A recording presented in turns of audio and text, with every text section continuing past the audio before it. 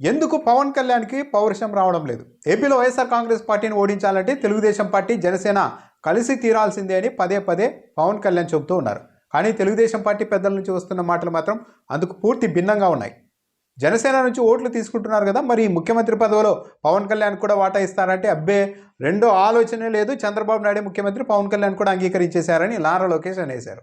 సరే, లోకేష్ వ్యాఖ్యలను అక్కడ పెడితే ఇక అచ్చెన్నాయుడు అయితే మరో అడుగు ముందుకు వేసి యువగల ముగింపు సభలోనే పవన్ కళ్యాణ్ సమక్షంలోనే తెలుగుదేశం పార్టీ ఒంటరిగా పోటీ చేసిన 160 స్థానాలు గెలుస్తుంది అని చెప్పారు. అంటే 175 స్థానాల్లో 160 స్థానాలు గెలుస్తుంది తెలుగుదేశం పార్టీ అని ఆయన చెప్తున్నారు. అంటే క్లీన్ స్వీప్ చేసేస్తామని.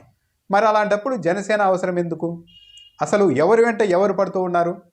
నేరుగా పవన్ కళ్యాణ్ అవసరం లేదు, జనసేన అవసరం లేదు అని పెద్దలే చెబుతున్నా, టీడీపీ పెద్దలే చెబుతున్నా పవన్ కళ్యాణ్కు ఎందుకు పౌరుషం రావడం లేదు? జనసేన పార్టీని కూడా ఏదో 2-3 సీట్లు ఇస్తే మీ నీడన అసెంబ్లీలో అడుగు పెడతామని భావించే కమ్యూనిస్టుల ఘాటున జనసేన పార్టీని తెలుగుదేశం పార్టీ కట్టేస్తోందా? లేకుంటే జనసేన పార్టీ పవన్ కళ్యాణ్ వీక్నెస్ను తెలుగుదేశం పార్టీ ఆల్సుగా తీసుకుంటోందా? 2019 ఎన్నికల ట్రాక్ రికార్డులో ఒంటరిగా పోటీ చేస్తే పవన్ కళ్యాణ్ కూడా ఎమ్మెల్యే కాలేని ఆ ట్రాక్ రికార్డును అలుసుగా తీసుకొని పొత్తు మాకు కాదు, పవన్ కళ్యాణ్కే అవసరం, కనీసం ఎమ్మెల్యేగా గెలవాలన్నా మాతో పవన్ కళ్యాణ్ రావాల్సిందే అన్న భావనతో, చులకన భావనతో తెలుగుదేశం పార్టీ ఏమైనా ఉందా? జనసేన అన్నది కేవలం జస్ట్ ఒక కెటలిస్ట్ మాత్రమే, కూరలో కరివేపాకు లాంటిదే అని ఇండైరెక్ట్గా టీడీపీ పెద్దలు చెప్పేస్తున్నా పవన్ కళ్యాణ్ మాత్రం స్పందించకపోవడం అనేది ఆశ్చర్యంగా ఉంది.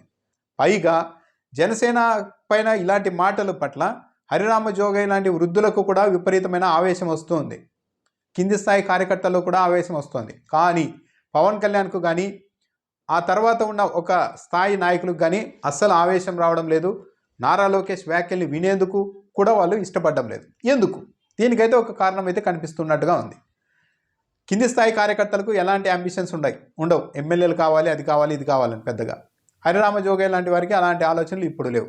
కానీ పవన్ కళ్యాణ్ కావచ్చు, మనోహర్ కావచ్చు, ఆ తర్వాత ఉన్న మరికొందరు నాయకులు, అంటే అవకాశం వస్తే ఎమ్మెల్యేలుగా పోటీ చేసి గెలుద్దామని ఆశపడుతున్న నాయకులు కావచ్చు, వీళ్ళందరూ ఎమ్మెల్యేలు కావాలి అనుకుంటున్నారు. కానీ జనసేన పార్టీ ఒంటరిగా పోతే, తెలుగుదేశం పార్టీ పెద్దలు ఏదో అన్నారు కదా అని పౌరుషానికి వెళ్ళి ఒంటరిగా వెళ్తే ఎమ్మెల్యేలుగా కూడా గెలవలేం. కాబట్టి వాళ్ళు ఏ మాటలు అన్నా సరే ఎన్నో సీట్లు తీసుకొని పోటీ చేస్తే మనమంతా ఎమ్మెల్యేలు కావచ్చేమో, గుర్రం ఎగరావచ్చేమో అన్న ఆలోచనతోనే పవన్ కళ్యాణ్ నుంచి ఆ తర్వాత ఉన్న పై స్థాయి నాయకులంతా నారా లోకేష్, అచ్చెన్నాయుడు వ్యాఖ్యలపై చాలా మౌనంగా ఉంటున్నారా అన్న అనుమానం అయితే కలుగుతుంది. నారా లోకేష్ వ్యాఖ్యల కంటే అచ్చెన్నాయుడు వ్యాఖ్యలు మరీ డ్యామేజింగ్గా ఉన్నాయి. 160 స్థానాలు ఒంటరిగానే పోటీ చేసేస్తామంటున్నారు. అంటే ఇంకా 15 సీట్లలో ఇంకా జనసేన వచ్చినా రాకపోయినా మాకేం సంబంధం లేదన్నట్టుగా మాట్లాడుతున్నారు. టీడీపీ పెద్దల వ్యాఖ్యల తర్వాత పవన్ కళ్యాణ్కి ఎలా ఉందో కానీ జనసేన పార్టీలోని కింది స్థాయి కార్యకర్తలకు మాత్రం మనసు విరిగిపోతోందని చెప్పాలి. ఈ పొత్తుపైన వాళ్ళకి ఆసక్తి కూడా చచ్చిపోతోందని చెప్పాలి. కాకపోతే పవన్ కళ్యాణ్ మాత్రం ఏం స్పందించేలా లేరు.